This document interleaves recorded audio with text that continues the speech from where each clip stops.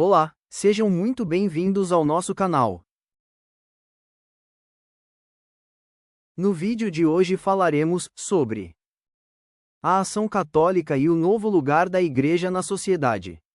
O mundo cristão sofreu uma brusca mudança. A fé que vivemos hoje não pode ser comparada à que viveram as pessoas há séculos atrás. E isso pode ser considerado bom? Hoje vamos mergulhar no conhecimento do fenômeno que alterou toda a vida da sociedade cristã. Para isso é preciso conhecer o conceito de ação católica, movimento que foi criado no final do século XIX e que moldou todo o século XX, perdurando até os dias de hoje, mesmo depois da sua dissolução como instituição. Mas, o que é a chamada ação católica? Antes de falarmos sobre isso, vamos entender o contexto do catolicismo, que levou à criação da ação católica. E você, também acha tudo que estamos vivendo normal? Quando escuta falar em crise, o que vem à sua cabeça? Já estamos no século XXI. Muita coisa já se passou. E em todos os registros que encontramos, vemos uma igreja atraindo novas vocações e pessoas, prontas para defendê-la. Isso porque, na maioria dos séculos, ela se viu atacada por amor e fé. Ela já atravessou diversas crises, já combateu inúmeras heresias, sofreu divisões e perdas, mas no fim, sempre resistiu e sobreviveu aos ataques dos inimigos. Como não há mal que não tenha fim, ela sempre superou a seu tempo os desafios. E agora, neste momento, não será diferente. Porque, sim, estamos vivendo uma longa e devastadora crise. O pensamento animador que emerge, nos dias atuais, é que depois de muitos anos de turbulência, algo novo está acontecendo. A Igreja já passou por tantas dificuldades e que alteraram muito a Igreja primitiva de Cristo do tudo em comum. É certo que fé e vida não se separam e embora as relações sociais e de trabalho sejam distintas, uma sempre acaba influenciando a outra. E a Igreja precisou buscar mecanismos para se adaptar às mudanças dos tempos. E certamente para aquele povo também não foi fácil encarar as mudanças. Sempre há sofrimentos e resistências. A Igreja, antes, acostumada a guiar e orientar a vida das pessoas, se reduziu a mera cumpridora de tarefas. Eliminou a sua distância com o Estado, que às vezes eles se confundem.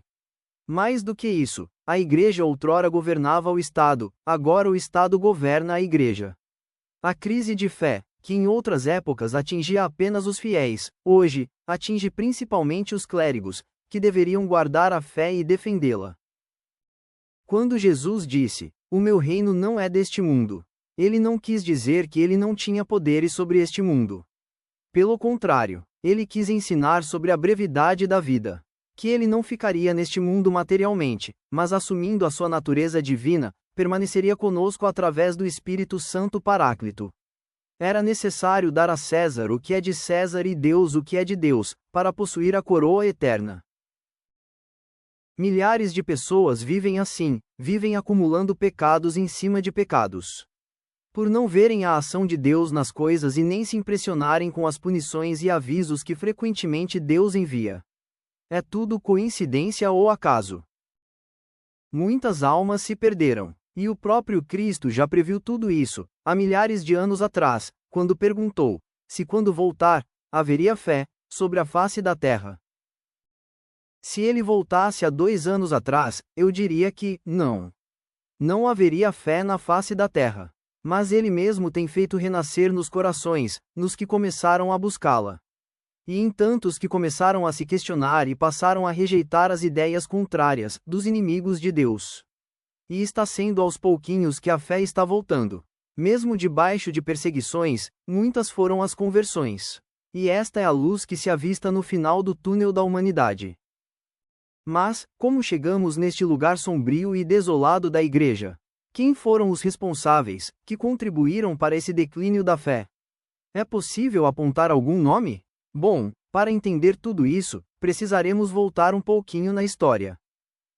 O período áureo da fé. A cristandade. A Europa medieval, o milênio entre a queda de Roma e a conquista de Tenochtitlan produziu uma quantidade extraordinária de realizações sociais, artísticas e intelectuais, isso sem mencionar as espirituais. Durante este período, a Europa experimentou a revolução comercial, inventou o sistema universitário, construiu as grandes catedrais que encantam turistas do mundo todo, plantou as sementes da ciência moderna e deu origem a uma série de arranjos políticos sofisticados. A Idade Média foi o período formativo da civilização ocidental. Foi quando criaram os experimentos constitucionais.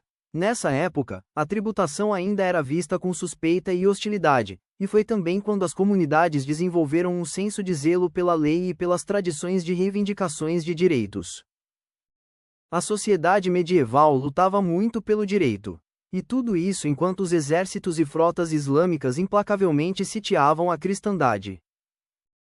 A cristandade latina foi uma civilização caracterizada, entre império e igreja.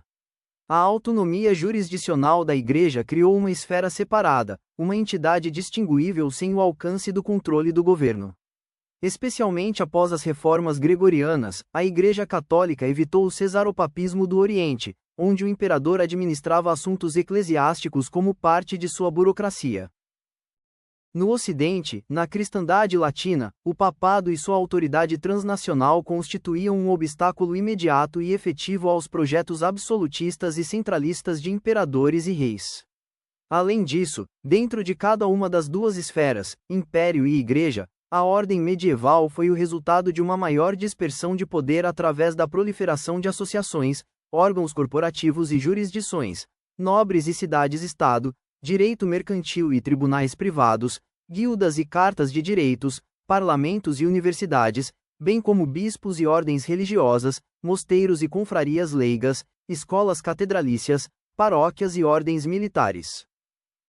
A liberdade de associação e dissociação sustentou durante séculos essa pluralidade genial de jurisdições e difundiu uma tradição de autogoverno local e liberdades em toda a Europa.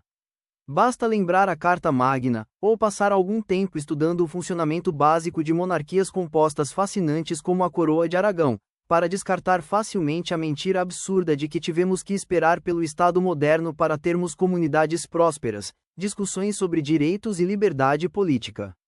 De fato, a construção do Estado moderno pode ser definida como a imposição, por meio da violência sistemática, de um monopólio territorial da legislação, jurisdição, policiamento, bancos, defesa e educação.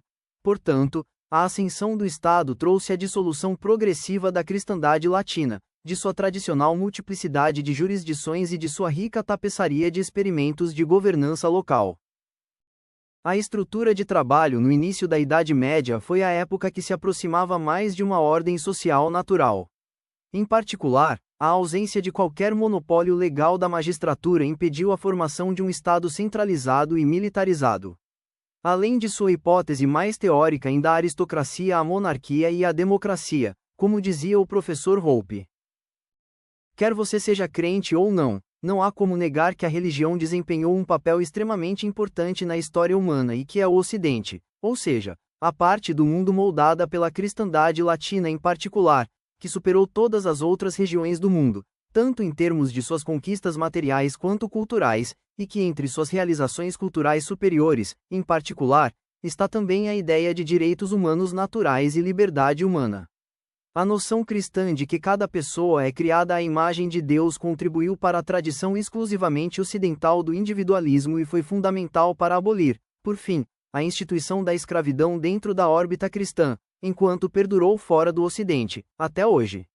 E a separação institucional e a competição ciumenta de reconhecimento social e autoridade no Ocidente entre a Igreja cristã e sua hierarquia de papas, cardeais, bispos e padres, por um lado, e todo o poder mundano com sua hierarquia de imperadores, reis, nobres e chefes de família, por outro lado, contribuíram muito para a tradição exclusivamente ocidental do governo limitado, em oposição ao absolutista.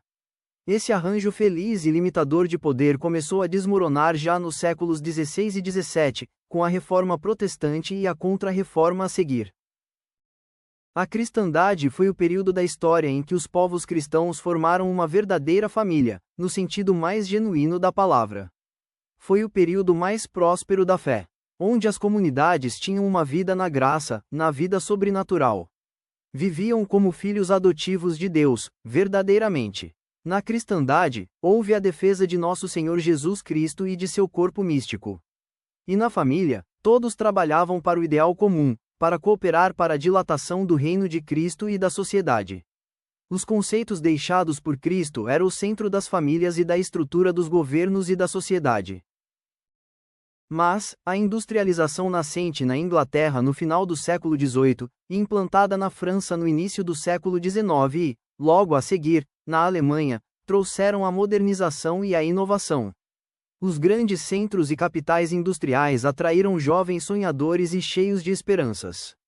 Só que ao invés de riqueza e progresso, a modernidade entregou pobreza e desigualdade, e novos e ainda mais potentes mecanismos de opressão e de guerras, fazendo crescer exponencialmente o descontentamento e as frustrações. Tudo isso suscitou um novo posicionamento da Igreja, diante do fenômeno do empobrecimento crescente da nova classe operária.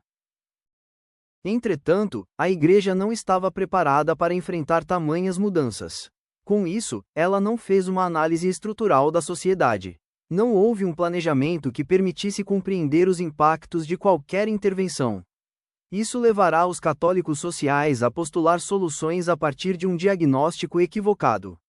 Inicialmente atrelaram a pobreza dominante a uma crise moral e religiosa, desconhecendo os verdadeiros motivos dos impactos sociais provocados pela industrialização. Na França, durante o período de restauração, com a desorganização e o confisco dos bens do clero, surge uma ação social católica, que ultrapassa a caridade individual largamente praticada até então, numa espécie de caridade organizada.